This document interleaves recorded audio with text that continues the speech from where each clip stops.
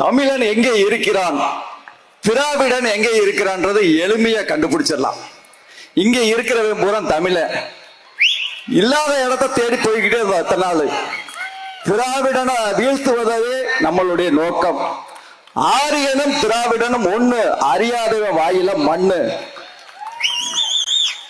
திராவிடன் என்றால் என்ன தெரியாதவனுக்கு தான் தெரியாது வெங்காய தோல்.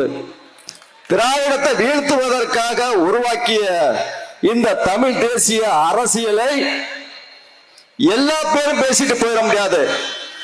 ஆரியத்தை தூக்கி பிடிச்சு கொண்டாடினாலும் நம்மளுக்கு ஆபத்து, திராவிடத்தை தூக்கி பிடிச்சு பேசினாலும் ஆபத்து.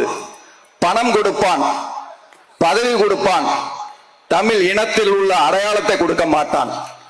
வந்தவன் போனவன் எல்லாம் அவன்.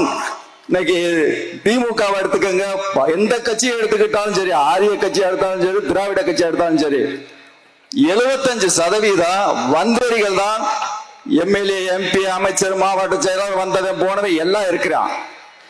தமிழன் தமிழன் தான் ஆள வேண்டும். தமிழ்நாட்டுக்குள் இருக்கின்ற தமிழர்களை விரட்டிவிட்டு வந்தவர்கள் ஆண்டு கொண்டிருக்கிறார்கள். அண்ணன் சீமான் அவர்கள் இன்று இந்த பொதுக்கூட்டத்தை ஏற்பாடு செய்ததா சாதாரணம் அல்ல. ஆதி தமிழர்களுடைய சொத்தை மீட்டெடுக்க வேண்டும் என்பது எல்லாத்துக்கும் அந்த எண்ணம் வராது. அந்த எண்ணம் யாருக்கு வரும் என்றால், தமிழனாக பிறந்து தமிழ் ரத்தத்துக்காக பிறந்தவனுக்கு மட்டும்தான் வரும். இரண்டு அப்பாவை சொல்லிக்கிறேன், ஒரு அம்மாவை சொல்லிக்கிறேன். ஆந்திரா என் பக்கம், தமிழ்நாட்டுக்குள்ள என்ன ஒரு அம்மா ரெண்டு அப்பாண்டு வாங்க. எங்களுக்கு அப்பாலாம் ஒண்ணுதான், அம்மாவும் ஒண்ணுதான்.